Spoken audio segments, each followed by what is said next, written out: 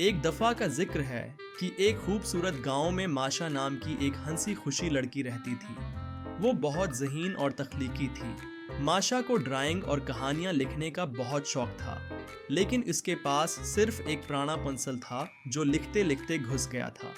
एक दिन जब माशा स्कूल से वापस आ रही थी तो रास्ते में उसे एक बूढ़ी औरत मिली। बूढ़ी औरत के हाथ में एक चमकता हुआ सुनहरी पेंसिल था।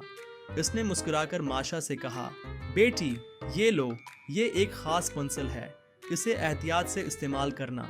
जो कुछ तुम इससे बनाओगी वो हकीकत में बदल जाएगा। माशा ने हैरानी से पेंसिल ले ली और शुक्रिया अदा करके घर चली गई। वो बहुत खुश थी और सोच रही थी कि सबसे पहले क्या बनाए। कमरे में पहुंचकर उसने एक खूबसूरत सी तितली बनाई।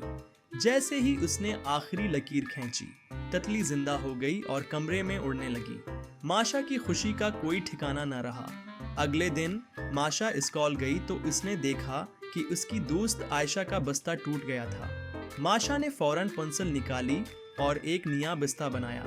वो बस्ता फौरन हकीकत में बदल गया और आयशा बहुत खुश हुई। कुछ दिनों बाद माशा ने देखा कि गांव के करीब के बाग में सब फल खराब हो चुके थे और लोग परेशान थे। माशा ने अपनी जादुई पेंसिल से ताज़ा फलों के दरख्त बनाए। देखते ही देखते दरख्त हरे भरे हो गए और मीठे मीठे हो गए, फलों से लद गए। गांव वाले माशा का शुक्रिया अदा करने लगे, लेकिन जल्द ही माशा को एहसास हुआ कि उसे पेंसिल को समझदारी से इस्तेमाल करना चाहिए। एक दिन इसके शरारती कज़न कामरान ने पेंसिल चुरा ली और एक बहुत बड़ा दीव बनाया। दीव ने गांव में आकर तबाही मचानी शुरू कर दी। माशा ने हिम्मत की और जल्दी से एक बहादुर सिपाही बनाया। सिपाही ने दीव को शिकस्त दे दी और गांव को बचा लिया। इस वाक़े के बाद माशा ने पेंसिल को महफूज रख लिया और सिर्फ ज़रूरत के वक्त ही इस्तेमाल करती। वो समझ गई कि ताकत के साथ जिम्मेदारी भी आती है।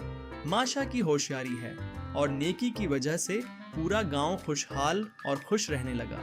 और यूं माशा और उसकी जादुई पेंसिल की कहानी सबको ये सबक देती है कि हमें अपनी सलाहियतों को हमेशा भलाई के लिए इस्तेमाल करना चाहिए।